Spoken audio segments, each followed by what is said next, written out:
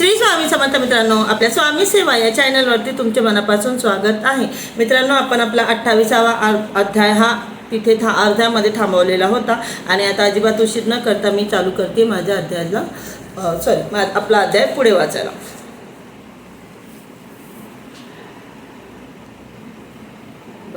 आदि संस्कारांनी शुद्ध व्हा, तपश्चर्या करा, मग तुम्हाला ब्रह्मर्षी म्हणता येईल। हे जे त्यांनी श्री गुरूंनी जसे सांगितले होते की ते मातंगांची जी कहाणी आहे, मातंग पूर्वजन्मी ब्राह्मण होते, परंतु ते आता ब्राह्मण जन्मामध्ये नाही आहे। त्यासाठी त्यांना श्री गुरूंनी कोणते तपश्चर्या करायची, काय करायची ते त्यांना सांगितले होते व त्याबद्दल त्यांनी पुढे त्यांना वशिष्ठ ऋषी आणि विश्वामित्र यांचे उदाहरण सुद्धा दिले होते। तर चला आता आपण पुढे वाचूया।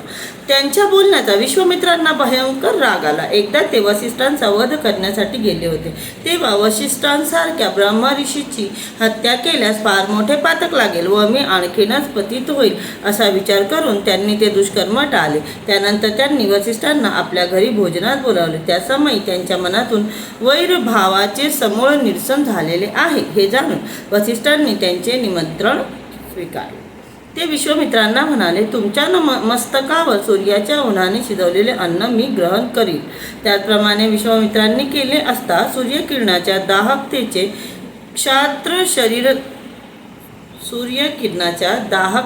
क्षात्र शरीर जळून गेले। मग त्यांनी योग बळाने ब्राह्मणाचा नवीन देह धारण केला। वसिष्ठांनी त्यांच्या घरी भोजन केले। त्यानंतर त्यांना ब्रह्मर्षी म्हणून मान्यता मिळाली। मातंगांना श्री गुरूंचे म्हणणे पटले, पण प्राप्त झालेले ज्ञान आणि विद्वत्तेचे सुख यामुळे आपण पुन्हा मातंग व्हावे हे त्यांना पटेना। त्यांनी श्री गुरुपाशी मी ब्राह्मण आहे, मला पुन्हा हीन यातीत लोटू नका असाच हट्ट धरला।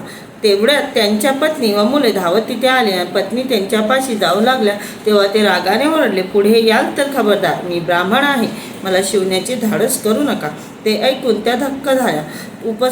उपस्थितांनी त्यांना सर्व प्रकार सांगितला। तेव्हा भविष्याच्या चिंतेने व्याकुळ होऊन त्यांनी हंबरडा फोडला। त्यांचा आक्रोश पाहून श्री गुरूंनी मातंगांना समजावण्याचा खूप प्रयत्न केला। म्हणजे बघा, जेव्हा त्या मातंगांना त्यांच्या पूर्वजन्माची जाणीव झाली की ते पूर्वजन्मामध्ये ब्राह्मण होते, तर त्यावेळी तेव्हा त्यांची पत्नी व त्यांची मुले जेव्हा त्यांना तिथे शोधत आले, कारण की ह्या जन्मामध्ये ते मातंग आहेत, म्हणजे त्यांचा मुलगा त्यांची बायकोसुद्धा मातंग आहे, परंतु त्यांना त्यांच्या मागील जन्माची आठवण झाली की मी तर ब्राह्मण होतो। म्हणून त्यांनी त्यांच्या पुत्राला आणि त्यांच्या बायकोला जवळ येण्यास मना केलं की मी ब्राह्मण आहे, तुम्ही मला हात लावू शकत नाही, मला तुम्ही शिवू शकत नाही। तर हे सगळं बघून त्यांना तिथे जे जमलेले लोक होते त्यांनी त्यांच्या बायकोला आणि मुलांना समजून सांगितले की इथे काय झालेलं आहे आणि ते मातंग असे का बोलतात। तर बिचारी ती बायको त्यांना पुढील भविष्याचं त्यांना आता काळजी वाटू लागली की आता आमचं कसं होणार। श्री गुरूंनी ओळखले, हे असे ऐकणार नाहीत। मग त्यांच्या सूचनेनुसार शिष्यांनी एका धानसक्त ब्राह्मणांना तिथे आणले। श्री गुरूंनी त्या ब्राह्मणांना मातंगाच्या अंगावर स्वहस्ते पाणी ओतण्यास सांगितले। त्यांनी नदीवरून घागर भरून आणली, ती त्यांच्या अंगावर रिकामी केली। त्या पाण्याने श्री गुरूंनी प्रोक्षण केले, अभिमंत्रित भस्म धुवून गेले। त्या आयोगे त्याचे जाती स्मरणही निघून गेले। ते आपल्या पत्नीपाशी गेले व म्हणाले, तुम्ही इथे कशासाठी आला आहात? मी इथे काय करतो आहे? छे, मला काहीच कळत नाही। ते गोंधळलेल्या अवस्थेतच कुटुंबासह घरी गेले। लोकही आश्चर्य व्यक्त करत आपल्या कामाला निघून गेले।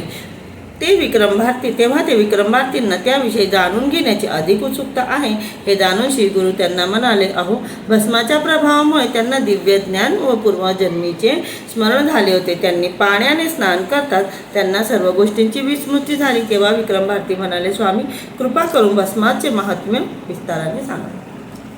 तर मित्रांनो बघा, जसं मागील अध्यायामध्ये आपण वाचलं होतं की ते जे विप्र आलेले होते त्यांच्याशी वादविवाद करण्यासाठी, म्हणजे त्यांना दाखवण्यासाठी श्री गुरूंनी ते जे मातंग आले होते त्यांच्या अंगावरती भस्म टाकून त्यांना त्यांच्या पूर्वजन्मीची आठवण करून दिली होती। आणि भस्म त्यांच्या अंगावर असल्यामुळे त्यांना ते त्या पूर्वजन्मामध्येच तिथे उभे होते, अस्तित्वात उभे होते। त्यांना असे वाटत होते की मी ब्राह्मणच आहे आणि यामुळे ते त्यांच्या बायका मुलांना सुद्धा जवळ येऊन देत नव्हते। तर श्री गुरूंनी ते पाहिलं आणि श्री गुरूंना माहिती होतं की यांच्या अंगावरती ते भस्म टाकलेला आहे, हा त्याचाच असर आहे।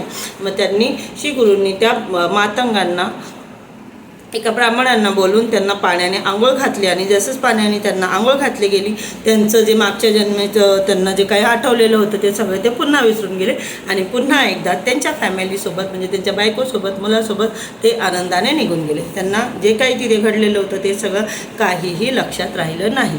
तर आत्ताचा अध्याय हा इथेच संपत आहे. आपण आपल्या पुढील अध्यायाला पुढच्या व्हिडिओ कंटिन्यू करू. श्री स्वामी समर्थ मित्रांनो. आणि हो, व्हिडिओ आवडत असल्यास लाईक करा, कमेंट करा, शेअर करा आणि फॉलो करा. थँक्यू.